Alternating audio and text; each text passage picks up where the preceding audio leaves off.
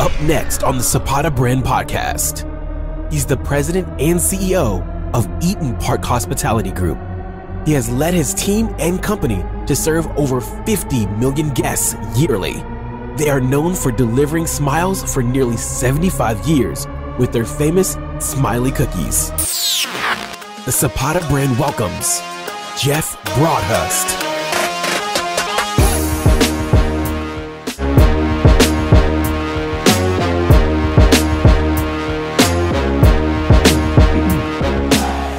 Hey guys, welcome to the Zapata Brand Podcast, and I wanted to introduce to you guys to someone who's really meant a lot to me in the last 10 to 15 years. Someone I haven't met yet, and believe it or not, we're going to meet for the first time right here on a StreamYard interview. I was lucky enough to have him accept this invite, so we can talk a little bit about business, how he got started, and where he is now in where the industry is. This is Jeff Broadhurst. How are you, Jeff? Good, George. How are you doing? Good. Finally meet in person. Yeah, well, I think in the new world, this is going to be the way people are going to meet. This has been years in the making. So finally, we get to meet. And what I want to do right out of the gate is have my audience get to know you. So if you could, and I'm sure you haven't done this in a long time, could you give your elevator pitch as to who you are and how your company is and how it's grown? Sure, George. It's Jeff Broadhurst, president, CEO, and also substitute cookie maker sometimes with a great company called Eaton Park Hospitality Group. We're in 14 states. We've got 2 specific divisions. One's an incredible restaurant division with 3 different brands in 3 states, about 70 different locations. And then we also have got a contract dining business called Broadhurst Dining that operates in the private college and university space, and really the premier corporate dining accounts. We're in 14 states. So we also have the trademark on a SMILEY cookie, which hopefully we'll be able to talk about today. So any of you out there that see anyone that's got a sugar cookie with a smile on it, if it's not ours, let me know, and I'll send them a real simple cease and desist letter. Yeah, and that is really one of the things that I'm going to point out at the end there, that it's you guys are very well known for that, making smiles all throughout Pennsylvania and other states. But I wanted to get back to your early life, Sure. Jeff. And who were you growing up in school?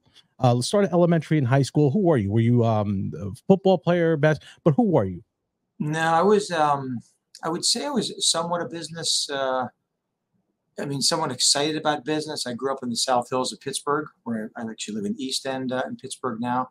I was an athlete to a degree. My brothers would probably disagree with that, but I played a lot of golf, played basketball until I blew my knee out.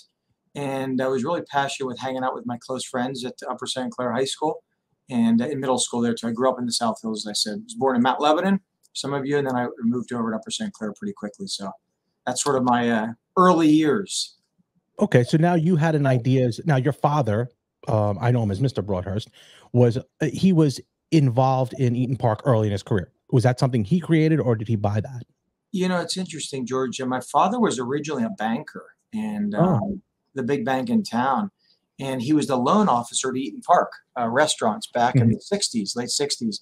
And Mr. Hatch, who was the founder and owner of Eaton Park at the time, asked my father to come over as the controller in the early 70s. So that was his initial interaction with Eaton Park. I mean, originally loan officer, and then he came over as the controller back in the early 70s. And from there, it's sort of history. And he retired as CEO back in 2008, still serves on our board as the chairman, and still periodically, as any father would do, likes to weigh in on decisions and give his ideas. My brother, I'm fortunate enough to be in family business, so I get to work every day with my 2 brothers as well. So sometimes we listen to him. Sometimes we say sure and move on, but he's still just a great person to be around the business for sure. Right. And 2 points off of that. One, why did you decide to get into that business and to follow in your dad's footsteps? Because obviously you're the CEO and president now.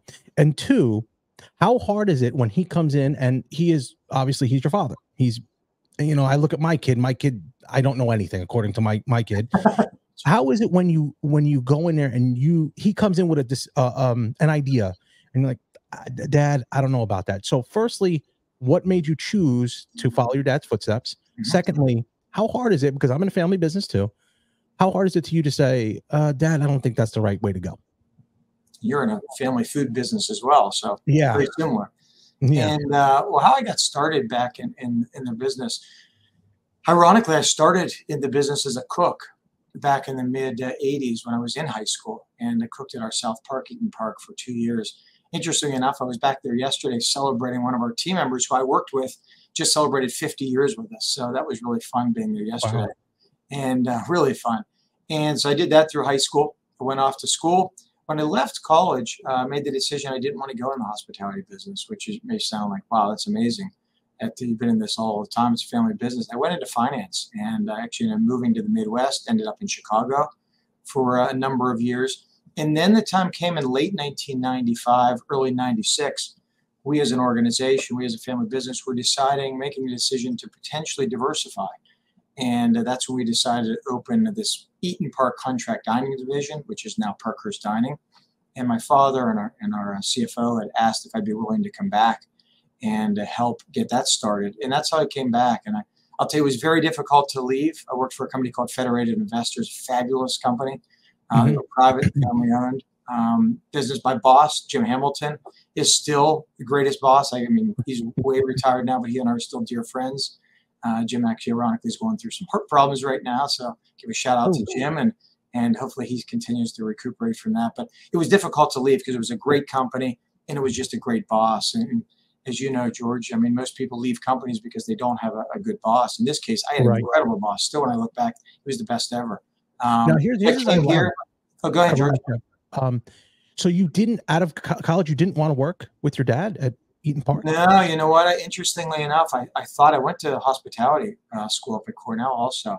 And interestingly enough, after leaving there, I went to grad school, and then I made a decision I wanted to go and be in the investment business, finance business. So, and then after 5 years, I made the decision that, I really do want to come back, and we can probably talk why I came back. And if you want me, I can go into that. But, so secondly, that second part of the question is, how do you, when you're making decisions and your dad's still a part of the board and still comes in, and Eaton Park is probably his baby, he's going to come back and he's going to say some things, give you his 2 cents. How do you handle that? Because I get that a lot. No, I can understand. No, you know what? It's good. I mean, he's not in here all that often, but he'll pick up the phone and call because he's at our restaurants all the time. He and my mother as well. So when they call, you know what? He still has a lot of great ideas, and he's up there. He's 80 years old at this point, but he's still, he's got a lot of good thoughts. And in many cases, what I use him also for a lot is he's been here for a long time. He's done things. We have a policy here. We're very innovative, and we're constantly innovating, which means we're making a lot of mistakes. Things don't always work. So we've got a real firm term here. Let's fail fast. Let's get in. If it's not working, let's fail, learn from it, move on. But he's a great person to bounce off things. Yeah. Did you try this before? Did it work? What are some of the risks? What should we be looking out for?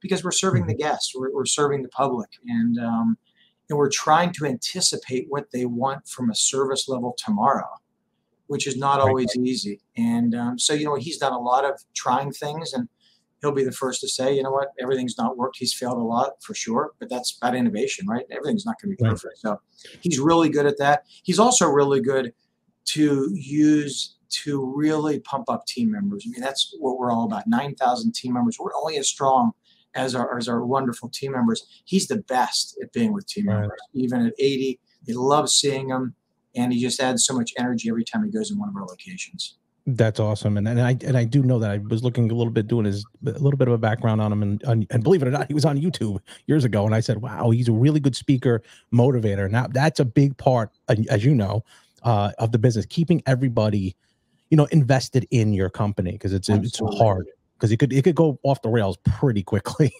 You're right. So again, what made you decide to go to Eaton Park? Yeah, George, and it's a really good question. And it's something, it was pretty simple. Back then, I loved what I was doing. I loved my boss. But you know what? There wasn't the interaction with people. And at my heart, I just love being with people.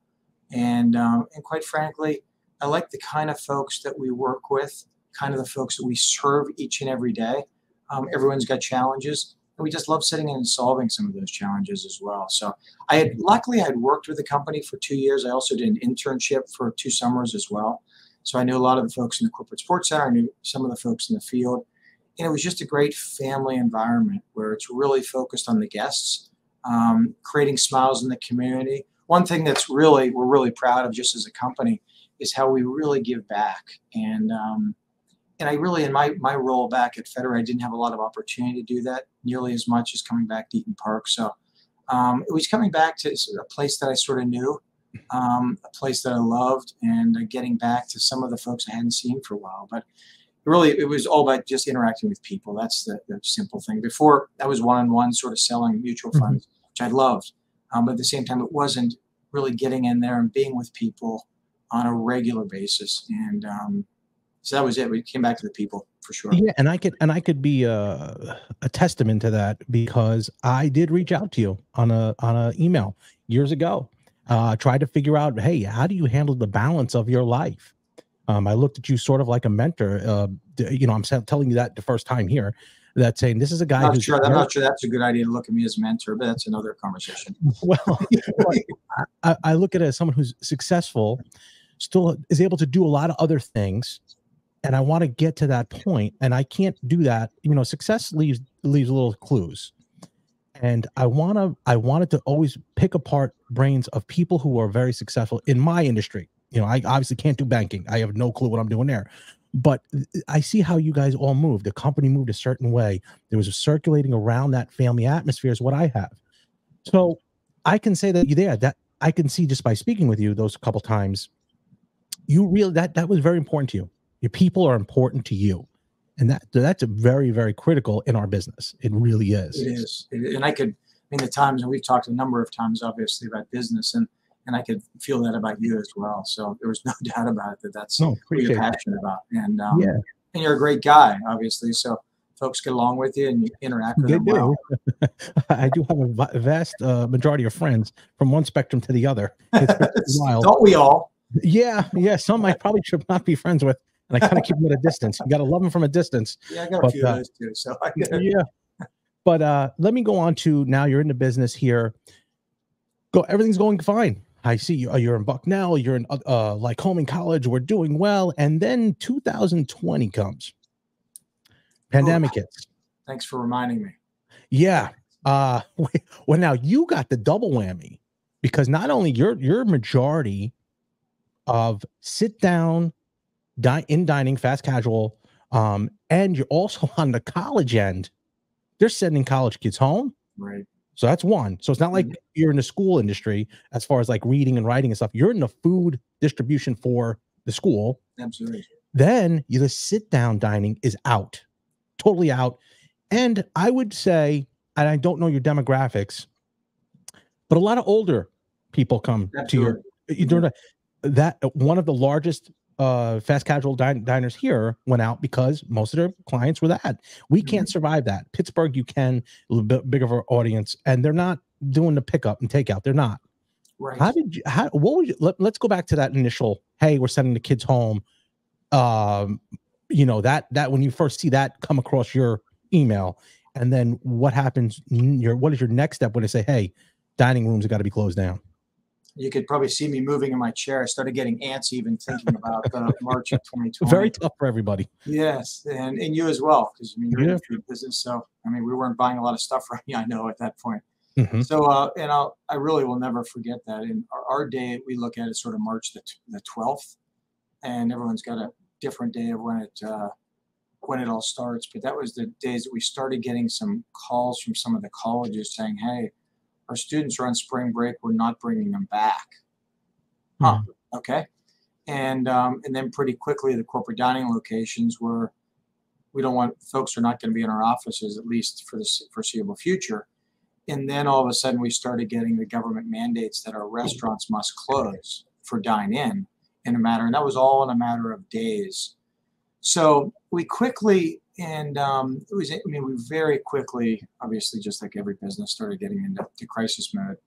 But the biggest things that stand out, and I've talked a lot about this with folks, that I think that saved us, because we're privately held. There was a time in probably May or June, can't remember those exact dates, but it was quite a few weeks that my brother Mark, who was here at the time, Brother Brooks has come back, which is great. We weren't quite sure we were actually going to make it through it all. And what it came down to was really balancing the saving the company and saving our team members, because my brother Mark and I were pretty clear. We had lots of conversations about it, that we didn't want to save the company if all of our team members had to go or be laid off.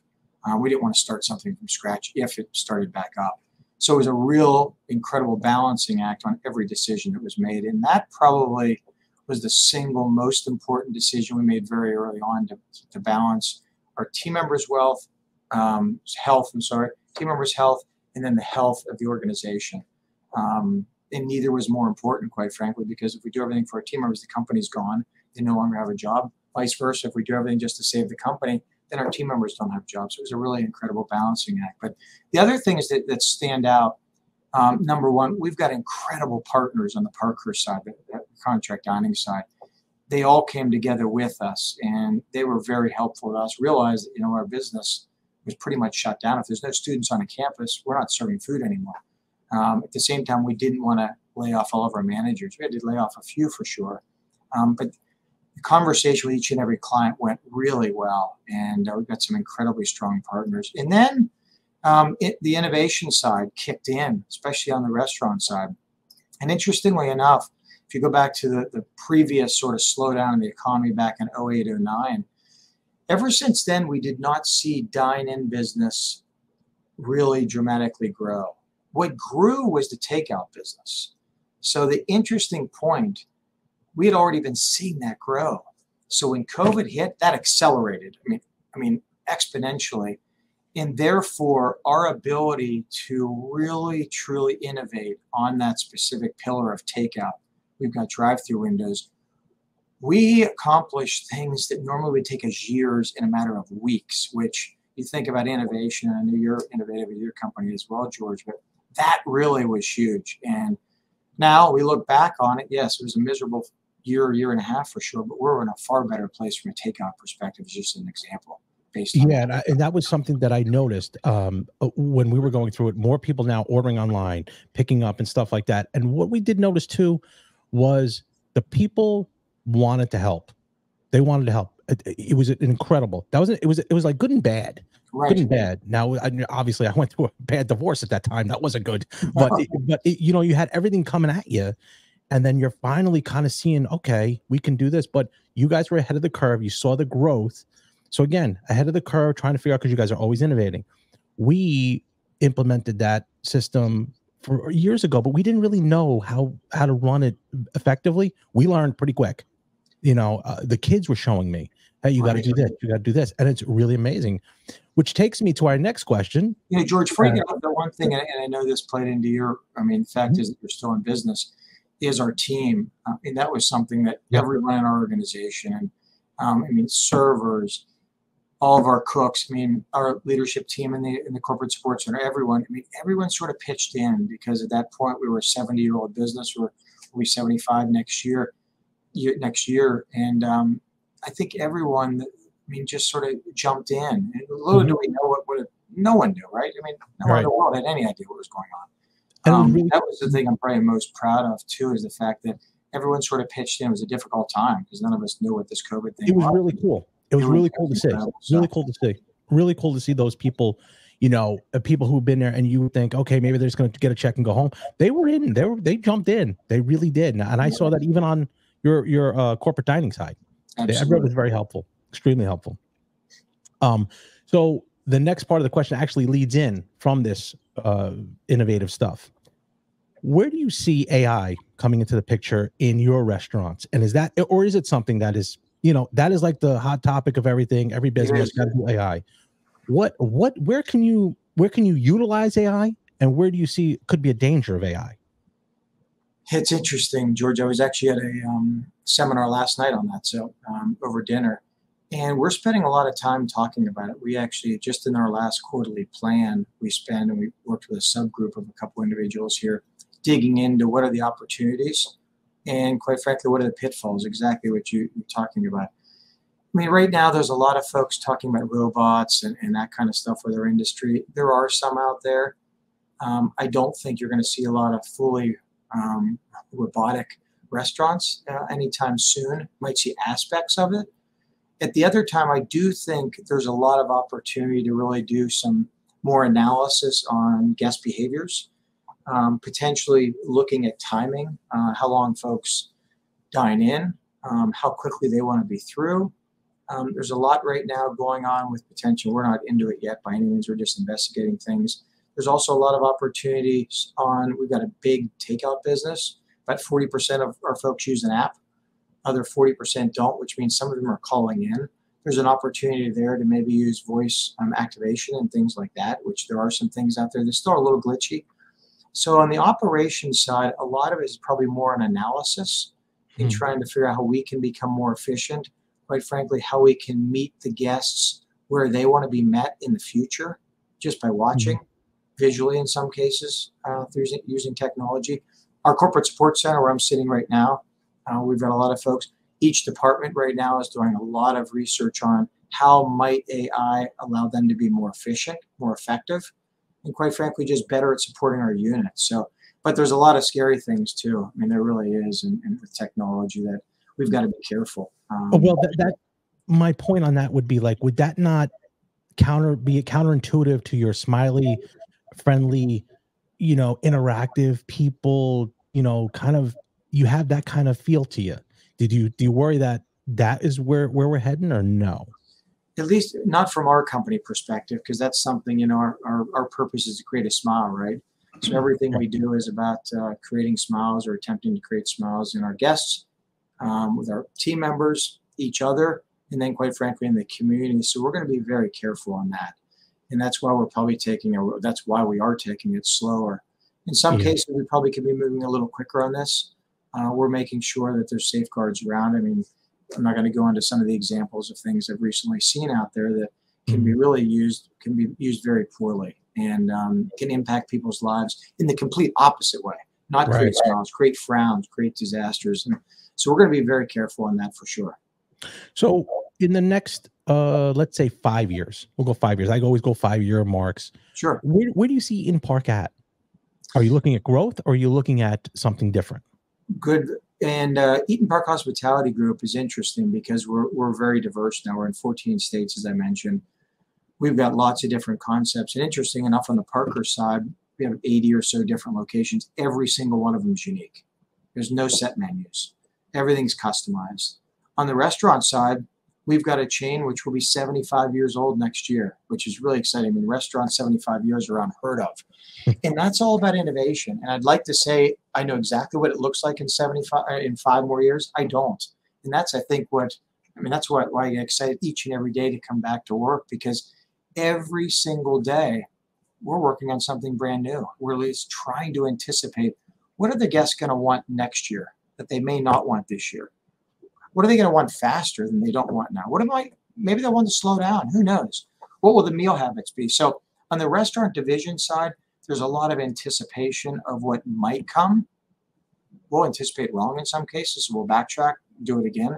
Takeout window is a really good example of that. Many, many years ago, when we first were doing these sort of pull-up spots, we realized this is ridiculous. I mean, people got to roll down their window. It's pouring down rain in Pittsburgh to get to pay. Food comes out, you roll down your window again. We've got to be something different. But a full-service restaurant, no one had windows at that point. We were the very first one in the region to actually have a window that wasn't fast food. So that's what's excited. How does it look? I know we're going to continue to grow. Specifically, we opened up with 7 new locations, I think it was this year alone. And that'll continue to be the trend. And I don't know if we'll grow geographically much more, but we may. You never know. That's the fun thing when you think about a family business like yours, private business. We've got a very long vision, and it's not quarter to quarter. We don't have to pay attention to sort of those quarterly earnings. It's focused on how are we going to be around next year and be better and be creating more smiles next year and 5 years after. So it's a very long vision on each and everything we look at. That's awesome. Now we're going to wrap up here because I know you got a hard out, but the number one question I get asked every time that I put this out there, and they ask me, can you give us the origin of the Smiley cookie? Oh, cookie.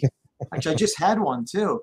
And so hopefully some of you, and actually, you know what? There's one, I can show it. For those of you who don't know what it is, this is what it looks like. Not with the hands, but that's the design right there. And that's what it should look like from an ideal perspective. But the Smiley cookie originated, my father, Jim, who grew up in a area called Titusville, Pennsylvania, actually also where oil was found. And he would each and every day on his way home from school would stop by a bakery in town and pick up what he would call a happy face cookie. So let's jump many years ahead. He was involved in Eaton Park, came here, ended up buying the company in the early 80s. He went back up to Titusville and asked them if he might be able to bring a version of it back to Eaton Park. And that's what he did. Came back, created sort of his own SMILEY cookie. Since then, right after then, he trademarked it. And we now give away millions a year. When I literally say give away, I mean give away millions of cookies a year to, quite frankly, create smiles. And many of them go to kids, many of them go to charities, many of them go to races and fundraisers and all that good stuff. Everyone that goes to our takeout window gets a takeout meal, gets a free cookie. And it really is something significant. It's all about our purpose is to create a smile. So that's how it originated. And we continue to go very strong with it. Each and every one's iced. We ice them individually in every restaurant every day too. And just think about that. If you look at back, take it back to your father, he's just walking home from school, gets a cookie. Here we are all these years later. You guys are synonymous with the cookie, the SMILEY cookie. That is, it's an amazing story. It's like the American dream, kind of like, wow, I made this huge thing over something that I just loved. He took that and put it into his idea, which is great. Well, Jeff, I'm going to wrap this up. I know we only had a little bit of time, but I would love to do a part 2 because I was so interested in your business stuff, how you were talking about business, that I kind of was mesmerized and lost track of time here. But if that's something that you'd be interested in, I'd love to do a part 2, get more in depth of how you became who you are, and that kind of vision that you guys have, if that's possible. That'd be great. Love to. And maybe we talk a little boxing and UFC too. We know. I know you love that too. That's... No, I got a couple fights coming up soon, and boy, we're scared. We're a little nervous, but we're going to do our best to get everybody in shape and get there. But I'd love to have you out, or I would go out there. You know, I know I've got to get out to Pittsburgh. But I know I've been offering for years. We got to get you out here. So those Steelers are terrible. They are bad. No, the last week was good. We won, and we're on the up. I don't think they're going to go too far. And the Pirates, I like the Pirates shortstop. I like him. I think he's very good. My kids love him. And that so maybe just maybe in the spring I'll see you out there. Either that or I'll see you at Bucknell. One or the other. That's all right, buddy. I appreciate you coming on. Cheers. Thanks very much for the time. Thanks for having me too. Great to see you. Our pleasure. Our pleasure. Thank you. Have a great day. Bye. You too. Bye-bye. Thanks for watching the Zapata Brand Podcast. Please subscribe to the podcast and listen where all podcasts are available.